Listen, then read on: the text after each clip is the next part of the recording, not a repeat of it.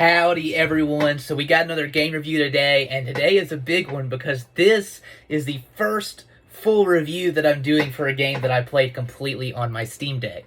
Now, don't worry, the full thoughts on the Steam Deck will be coming eventually, but I wanted to play a few different things, try a few different things out before I fully gave my thoughts on it. Now, don't get me wrong, I love it. I'm gonna keep loving it.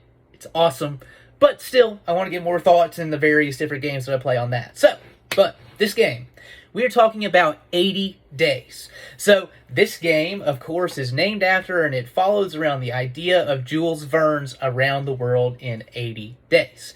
Now, this game is a very interesting setting. It's set in the past, but it's got some kind of futuristic technology. I'd say we're kind of dealing with a little bit more steampunk than I'd say Around the World in 80 Days originally was. Like we're pretty full steampunk here. Like we got normal cargo ships that will suddenly become submarines. We've got super souped up hot air balloons. We've got all kinds of crazy planes.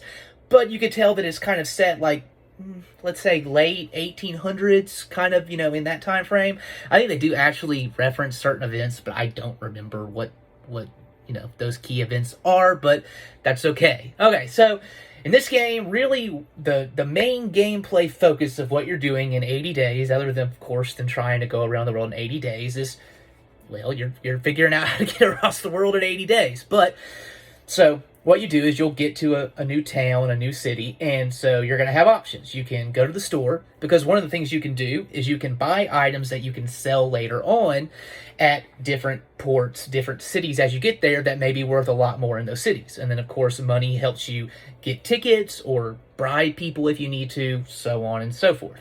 But here's the thing, and there's a little bit of a gamble that plays like with this aspect of it, is that, say I buy a fancy teapot and I want to sell it in Bangladesh.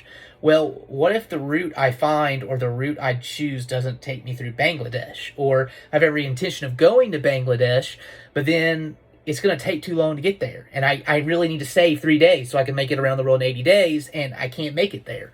Well, then I've got this thing that I bought in order to sell there to make a lot more money, and I can't do it anymore. So there's that.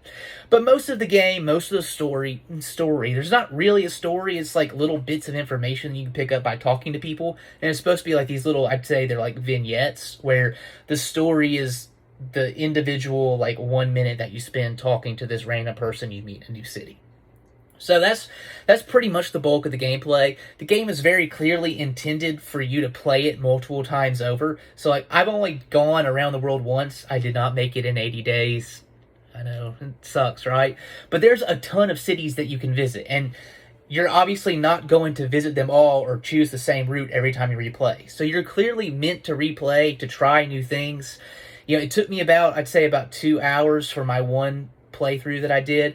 The thing is that I don't know if I want to go around the world another time or not, because while the writing was good, I don't think that it was bad or incompetent writing by any means, but it wasn't writing that really encaptured me. I didn't find myself going, oh man, I can't wait to get to the next city to talk to this next person, because I really I wasn't that interested in what it was that was happening. So, for me, I didn't really like this game that much, which disappointed me, because I've heard a lot of people reference it. I mean, this game came out a few years ago, but there were a lot of people that mentioned it as one of their favorite games that came out that year. It's a really small game. It's perfect for mobile. It's perfect for the Steam Deck. It also released on phones.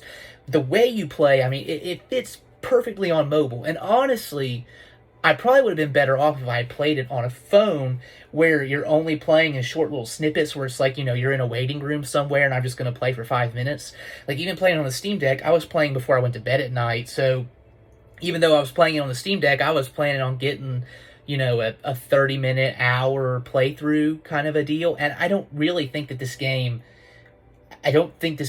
works very well that way. I don't think it's a game that you're going to sit and marathon. At least, I mean, other people might. For me, that wasn't it. So, do I recommend this game? I recommend it on mobile. I recommend it on a Steam Deck if you're going to be playing it on a subway, play it on a bus, play it in a waiting room.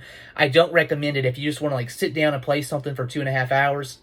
I would not recommend it for that. Now, it's available on Steam. It's not an expensive game, so if you wanted to go check it out, still go check it out. Go for it. But if you're asking my opinion, I do not highly recommend this game, though it was not a bad game. It was just kind of a middle-of-the-road game for me. But, y'all let me know what you think. drop me a comment, a like, a subscribe, and have a nice day.